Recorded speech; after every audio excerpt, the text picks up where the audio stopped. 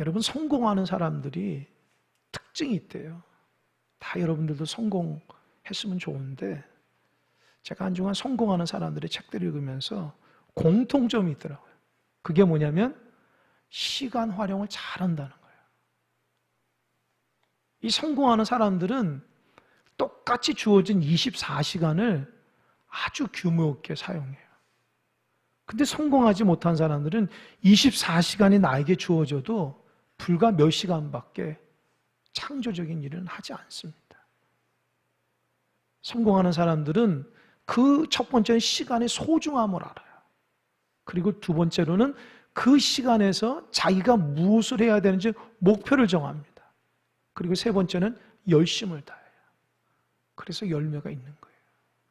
똑같이 공부를 하고 똑같이 직장 생활 다니고 똑같이 일상적인 삶을 살아도 시간을 대하는 태도를 보면 그 사람이 성공할지 안 할지를 아는 거예요. 어느 책을 보니까 그러더라고요.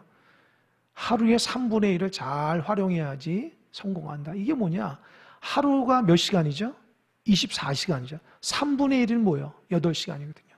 그러니까 그 책에서 이제 저자가 말하기를 8시간은 자는 시간, 다 사람들 똑같이 자고, 또 8시간은 직장에서 일하는 시간. 그건 다 똑같은 일이에요. 16시간은 다 공통되게 일하는 시간이라는 거예요. 주어진 시간. 근데 8시간은 자기의 시간이라는 거예요.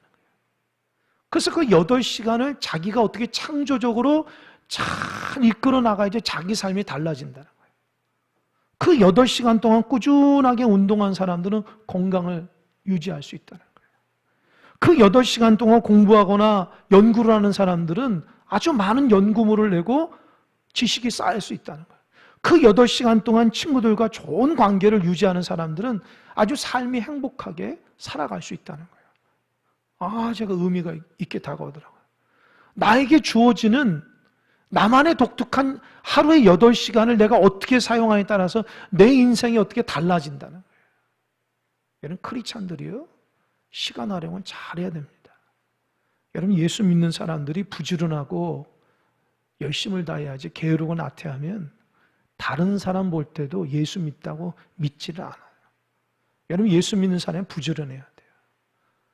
새벽부터 일찍 일어나서 기도하고 골방에서 기도하고 하루를 준비하며 남보다도 더 마음에 사모하는 마음으로 주님과 함께 동행하는 삶을 통해서 직장에서도 자기 삶에도 열심을 내고 하루를 마감하면서도 하나님 앞에 감사할 수 있어야 돼요. 그러니까 삶이 달라지죠. 성경에도 시간을 아끼라, 세월을 아끼라, 때가 악하니라고 그러잖아요. 그러니까 예수 믿는 사람들이 시간을 대하는 태도가 세상에 성공하는 사람보다 더 귀하게 여길 수 있어야 돼요. 하나님이 우리에게 주어진 시간이라고요. 그 시간을 낭비하면 안 돼요.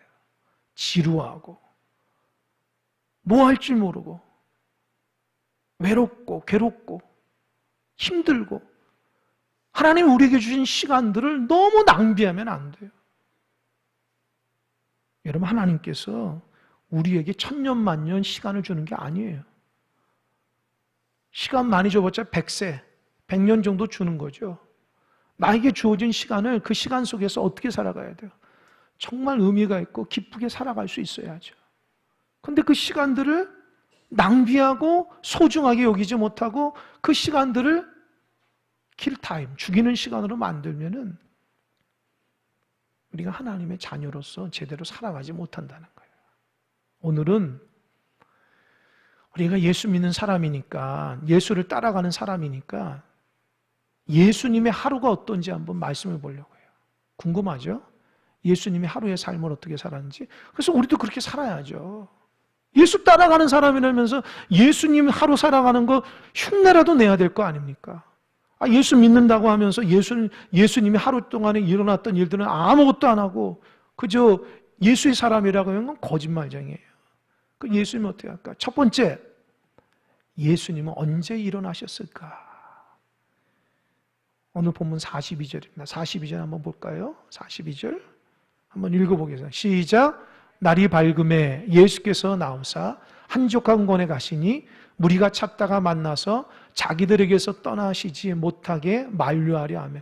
그래서 날이 밝음에, 예수님 날이 밝음에 얘기했는데, 이 누가복음하고 똑같은 본문이 마가복음 1장 35절 39절이에요. 여러분, 이 복음서 중에서 마태, 마가, 누가, 요한 중에서 가장 먼저 쓰여진 본문이 어딘지 아세요? 마가복음이에요. 마가복음이 가장 먼저. 이 가장 먼저 쓰여진 마가복음 1장 35절에 39절에 보면 예수님이 새벽 미명에 일어났다 그래요. 새벽 미명에가 우리 시간으로 하면 새벽 3시부터 4시예요. 예수님은요, 새벽 3시나 4시에 일어났어요. 대단히 부지런하신 분이에요. 그럼 여기에서 추측할 수 있어요. 첫 번째, 예수님은 잠이 없으신 분인가? 잠이 없는 사람이 어디 있어요? 다 똑같이 자야죠. 그럼 두 번째로는 예수님은 아마 일찍 주무셨을 거야. 그렇게 할 수 있어요.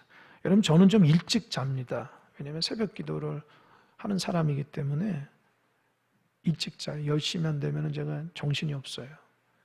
그리고 제가 새벽 기도 갔다 해서 잠자는 사람 아니고 하루 종일 깨어있고 말씀 보고 기도하고 자꾸 몸 움직이는 사람이기 때문에 이 저녁 먹고 한 9시 넘어서 보면 몸이 이제 다 에너지를 다 써서 기력이 하나도 없어요. 그래서 10시쯤 되면 기도하고 자는데 또 새벽을 여는데 예수님도 그러셨을까요?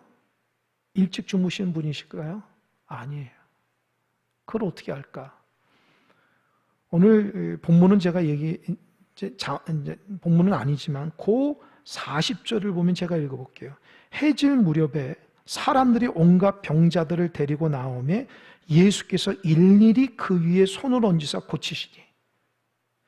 해질 무렵, 해질 무렵이 한 7시 되나요, 저녁? 해질 무렵에 사람들이 온갖 병자를 데리고 와서 주님께 나왔어요. 여러분 생각해 보세요. 예수님이 평상시 질병을 고치고 귀신 들린 자, 고통받는 사람을 고치시는데 예수님이 저녁에 해질 때쯤에 사람들을 데리고 나왔어요. 그 몇 명 정도 될까요? 몇 명 될까요? 아니에요. 그 생각을, 만약에 일곡동에 예수님이 계신다고 생각해 보세요.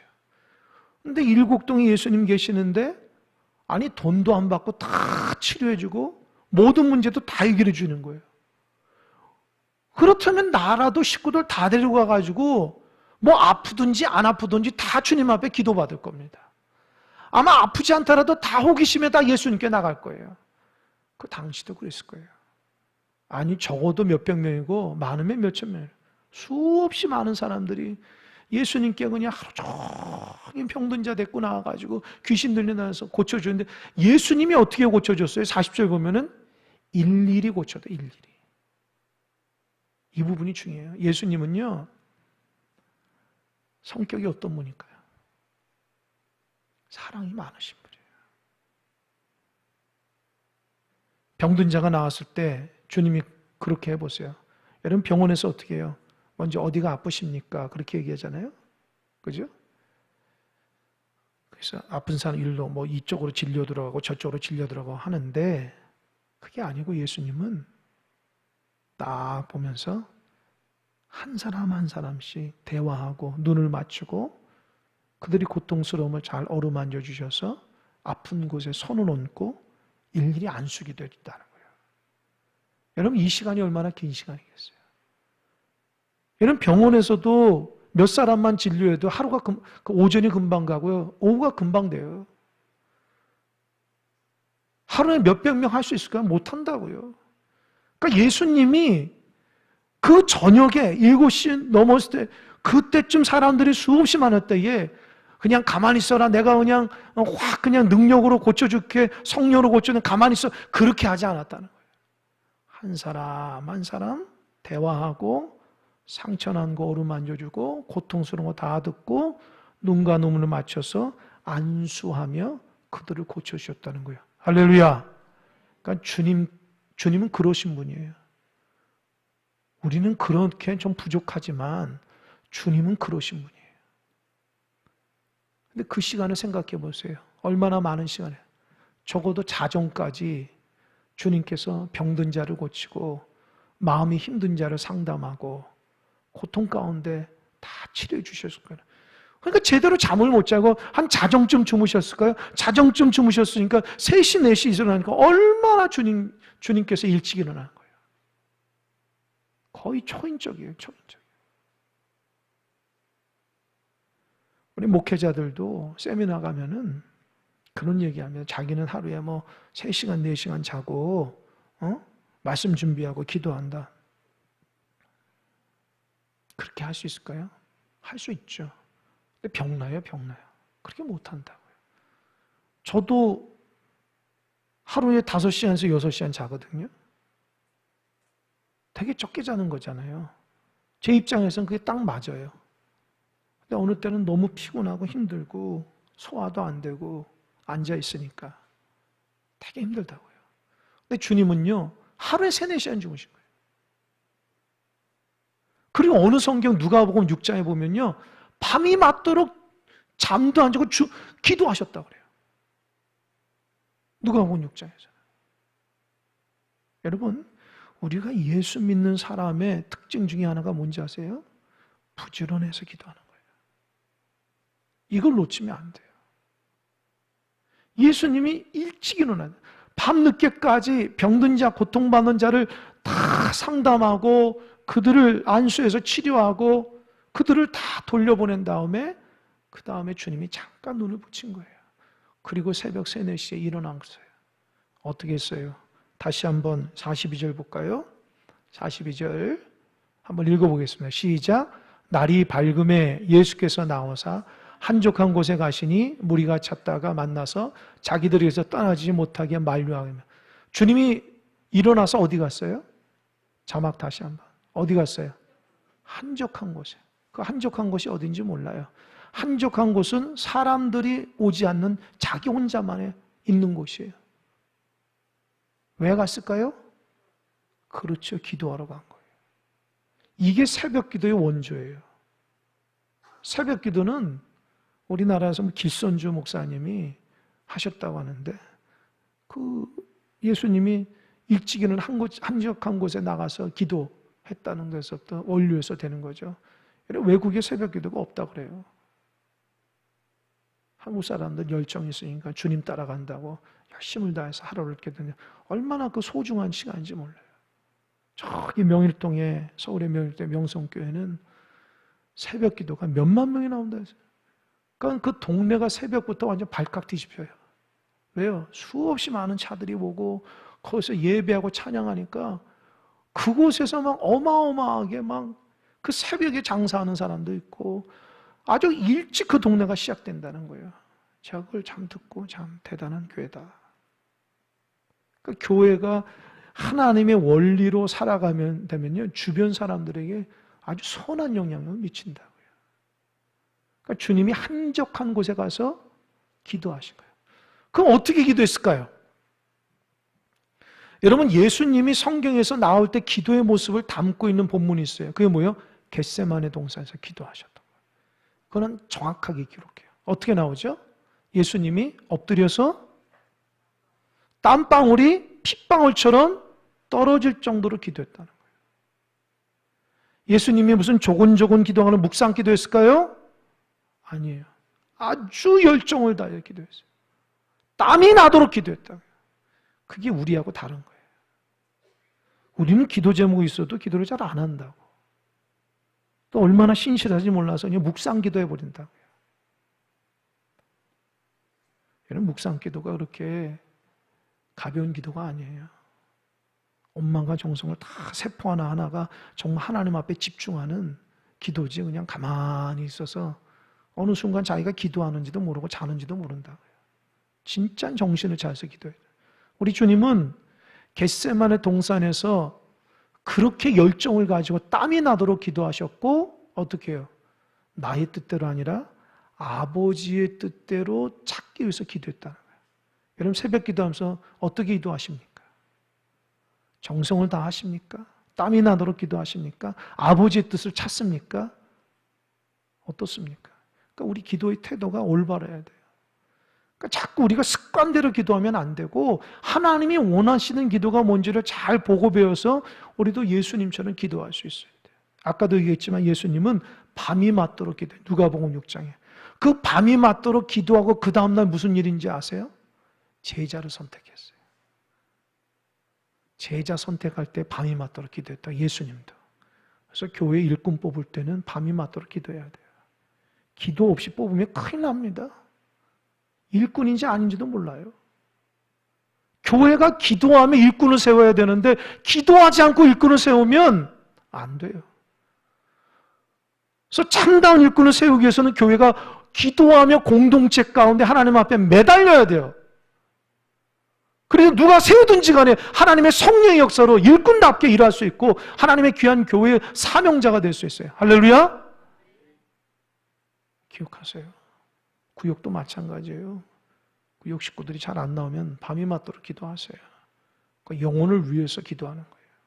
하나님 앞에. 하나님께서 기적 같은 은혜를 주실 겁니다. 그러니까 예수님이 그렇게 한적한 곳에 새벽에 나와서 그렇게 밤까지 힘들고 어려운데도 그렇게 땀 흘리면서 기도한 거예요. 그럼 여기서 무슨 기도를 했을까요? 무슨 기도를 했을까요? 이게 중요하잖아요. 주님이 무슨 기도를 했을까요? 새벽에.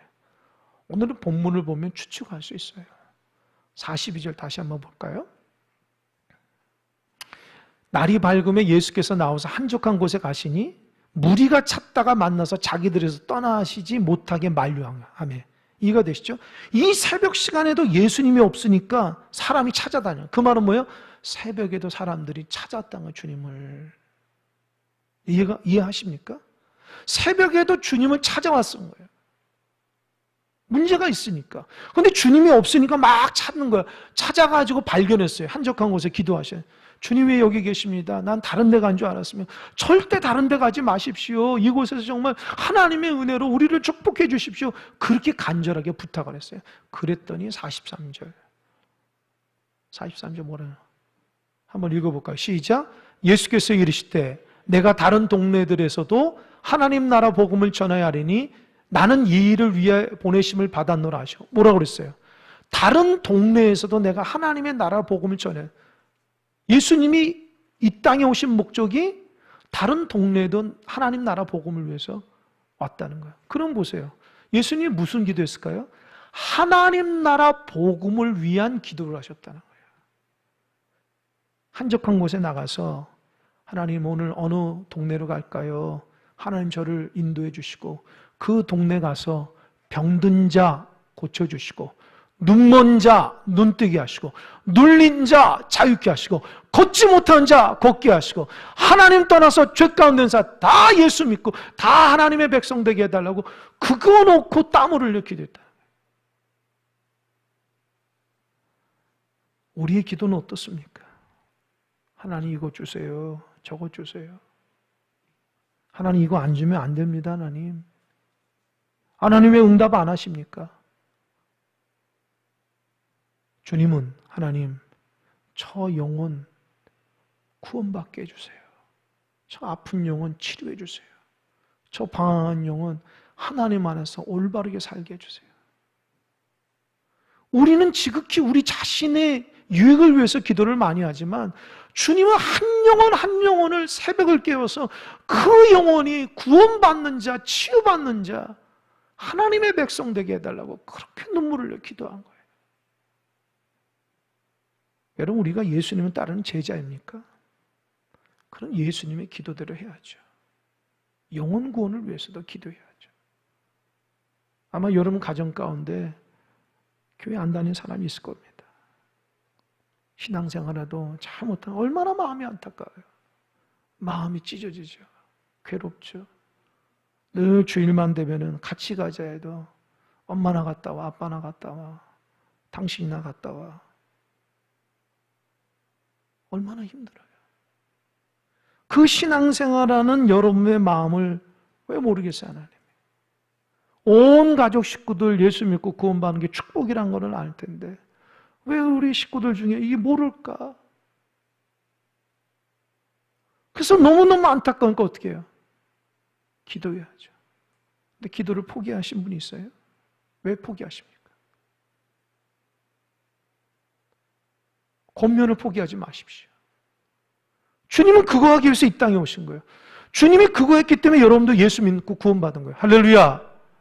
여러분이 가족 대표로 믿는 사람들이에요?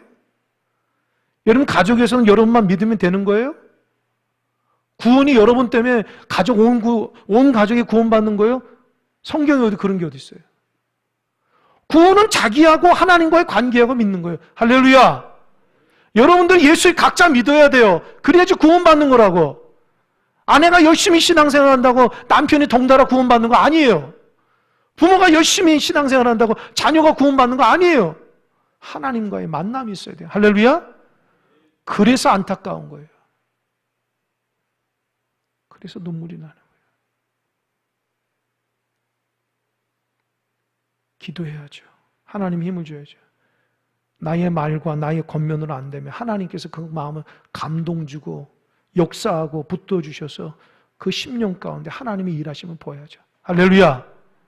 왜 그걸 기도 안 합니까?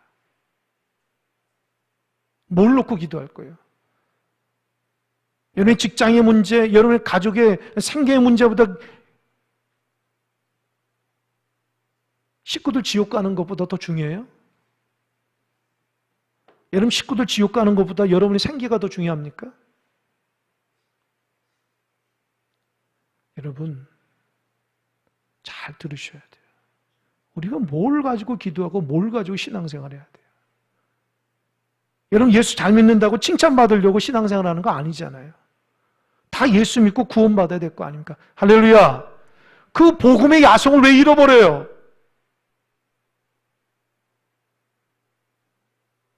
여러분 혼자 신앙생활하는 게 칭찬받는 거 아니에요. 온 가족 식구들 구원을 낼 수 있게 해야죠. 먼저 믿게 하신 분이 하나님이신데. 저는 오늘 때는 자녀들 때문에 굉장히 속상하고 힘들 때가 많아요. 이 자녀들이 세상에 물결 따라 사니까 어느 순간 하나님의 가치관을 잃어버리니까 참 힘들어요. 그래도 새벽마다 기도하는 거. 할렐루야. 내가 못하면 하나님이 하시는 거예요. 여러분도 마찬가지예요. 여러분을 못하니까 새벽에 나와서 기도하시라고. 하나님이 하시라고. 그건 그 노력마저도 안 하면 어떻게 할 거예요? 그 사람들 지옥 가가지고 뭐라 하겠어요? 우리가 정말 그런 사명감 있게 살아가야 돼요. 예수님 한 영혼을 귀하게. 그래서 예수님이 나는 복음 전하러 왔다. 난 너희들만의 하나님이 아니야. 너희들만의 메시아가 아니야. 저 죽어가는 사람이 저렇게 많은데 내가 저 사람들에게도 가야지. 내가 새벽 일찍 일어나서 기도하는 그 영혼들을 위해서 기도한다. 내가 밤늦게까지 병든 자, 예수 그 고통받는 자를 치던 다 구원받게 하기 위한 거다. 여러분 주님께서는요 십자가에 죽으시고 부활 승천하셨다고요. 그리고 하나님 우편에서 지금도 우리 함께 하신다고요. 그리고 나서 교회가 세워졌어요. 교회는 주님의 사역을 이어가야 돼요. 근데 교회가 건물만 커지고 삐까뻔쩍하고 사람만 많고 프로그램만 많고 영혼 구원에는 관심이 없어? 교회가 어떻게 그렇게 된 거예요? 무슨 교회의 목사하고 장로고 집사하고 권사 그게 무슨 의미가 있어요? 영혼 구원하지 않으면 그 직분이 무슨 의미가 있어요? 구역장이고 지역장이고 뭐 찬양되고 그 영혼을 위해서 기도하고 영혼을 위해서 전도하지 않으면 무슨 의미가 있냐는 거예요. 왜 세워진 거예요? 우리 유익함을 위해서 교회가 세워졌습니까? 하나님의 뜻받아서 교회를 세워야 돼요. 교회가 사람 없다 하는 거 부끄러운 거예요. 우리가 전도하지 않아서 그런 거잖아요. 누굴 탓해? 우리가 전도하지 않아서 그 영혼들을 위해서 기도하지 않아서 교회가 연약해진 건데 우리가 사명 감당해서 다시금 죽어가는 영혼들을 위해서 기도하고 복음을 전해서 하나님의 맡겨진 사명을 잘 감당해줘. 할렐루야. 교회가 그런 곳이에요. 사명 잊어버리지 마세요. 하나님이 여러분을 뭘 보겠어요? 하나님이 여러분 뭘 보겠어요? 너 복음대로 사냐? 너 복음을 위해서 전하며 사냐? 너 성경 말씀 알아서 무엇 하려고 그래? 너 기도 열심히 해서 무엇 하려고 그래? 너 축복받아서 무엇 하려고 그래? 하나님 얘기합니다. 영혼 구원하라고 내가 너에게 준 거야. 내가 너에게 직장도 준 것도 영혼 구원하라고 하는 거고 내가 너에게 건강도 준 것도 영혼 구원하라고 한 것이고, 내가 너에게 주변에 사람 많이 붙인 것도 영혼 구원하라고 준 거고, 내가 너에게 지혜도 주고 물질도 주고 힘도 준 거 다 영혼 구원하라고 줬는데 우리는 그거 다 잊어버리고 나 유익함을 위해서 살아간다고요. 나중에 하나님 앞에 어떤 소리 들을 겁니까? 여러분, 영혼을 위한 기도를 놓지 마시기 바랍니다. 만나는 사람에게 영혼 구원의 역사가 일어나야 돼요.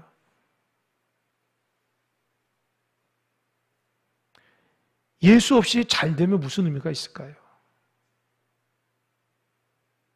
생각해 보세요. 나는 몰라, 하나님이 다 알아서 하겠지. 그게 핑계대면 안 돼요. 하나님이 여러분을 먼저 믿게 했으면 그렇게 해야죠. 복음 전하는 게 쉬운 게 아니거든요. 그 예수의 사랑과 은혜가 성경에서 수없이 예수님이 병든 자를 구원하고 그 수없이 많은 사람을 인도하고 그런 걸 수없이 우리가 들으면서도 감동을 안 받습니까? 성경을 통해서 하나님이 영혼 구원의 그 사랑하는 그 메시지를 듣지를 못해요, 우리가 무엇하고 성경 읽고 무엇하고 찬양하고 무엇하고 기도하는 거예요? 내 자신을 위해서 하는 겁니까? 아니요. 하나님을 위해서 한다면 하나님께서 가장 귀하게 하는 영혼 구원이에요. 우리 큰사랑교회가 전도하고 기도하고 하나님과 영광 돌리는 교회가 돼야 돼요. 할렐루야. 그렇게 안 되면 문을 닫는 게 나아요. 왠지 아세요? 우리 자신을 위한 거라면 굳이 교회를 통해서 이런 거 해야 돼요? 영혼구원에 관심도 없고 그 영혼들에서 기도하지 않는 교회면 그 유지되는 게 무슨 의미가 있겠어요? 아예 문 닫는 게 낫죠. 정말 하나님께서 그걸 하라고 목적을 하고 목회자도 세우고 장로들도 세우고 권사도 세우고 집사도 세우고 일꾼도 세워가지고 영혼구원 열심히 하라고 든든한 교회 세우라고 했는데 그건 다 잊어버리고 도대체 뭘 바라는 거예요, 우리가? 제가 말씀 보면서 많이 책망을 받아요. 그래서 44절 보니까 갈릴리 여러 회당에서 전도하시더라. 그래서 예수님의 하루의 삶의 모습을 요약하면 따라해 보세요. 아까 교회표 다시 한번 올려보세요. 교회표. 교회표가 설교 제목. 엎드려 기도하고 일어나 전도하자. 한번 읽어보겠습니다. 시작. 엎드려 기도하고 일어나 전도하자. 예수님의 삶이 하루의 삶이 이런 모습이었어요. 엎드려 기도하고 일어나 전도하는 거예요. 주님이 이 땅 가운데 삶을 마지막까지 엎드려 기도하고 일어나 전도하는 거예요. 예, 자막됐습니다. 우리의 삶이 어떻게 돼요? 우리가 예수님을 따라간다면 조금이라도 영혼을 붙잡고 엎드려 기도해야 돼요. 일어나 전도할 수 있어야 돼요. 신앙이 어느 순간부터 영혼에는 관심이 없어요.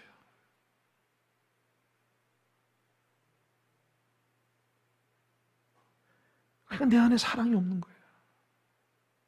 하나님의 사랑으로 살아가는데 여러분 교회가 전도를 하고 기도해서 영혼들이 들어오고 구역마다 든든히 서가고 지역마다 든든히 서가고 부흥되고 하나님의 일하심이 느껴져야 되는데 사람이 오면은 빠져나가고 점점 더 구역이 약해지고 지역이 형식화되고 남녀선교회는 힘을 잃어버리고 찬양되는 사람도 없어지고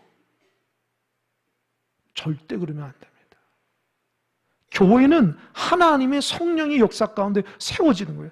그러려면 모든 성도들이 엎드려 기도하고 일어나 전도하는 영혼 구원의 사명을 가지고 그 사명을 잘 감당할 수 있어야 돼요. 할렐루야. 이것 가지고 살아가는 것이에요. 여러분이 무슨 지혜가 많고 무슨 물질이 많고 세상에 어떤 그런 거 상관없어요. 하나님의 사명을 깨닫고 내가 영혼을 붙잡고 기도하고 아직도 믿지 않는 가족과 주변들을, 식구들을 위해서, 주변 이웃들을 위해서 전도하는 사명이 있을 때 나는 지금 하나님의 사람으로 살아내고 있는 거예요. 요즘에 교회가 점점 어두워지고 힘이 없다고 해요. 왜 그럴까요?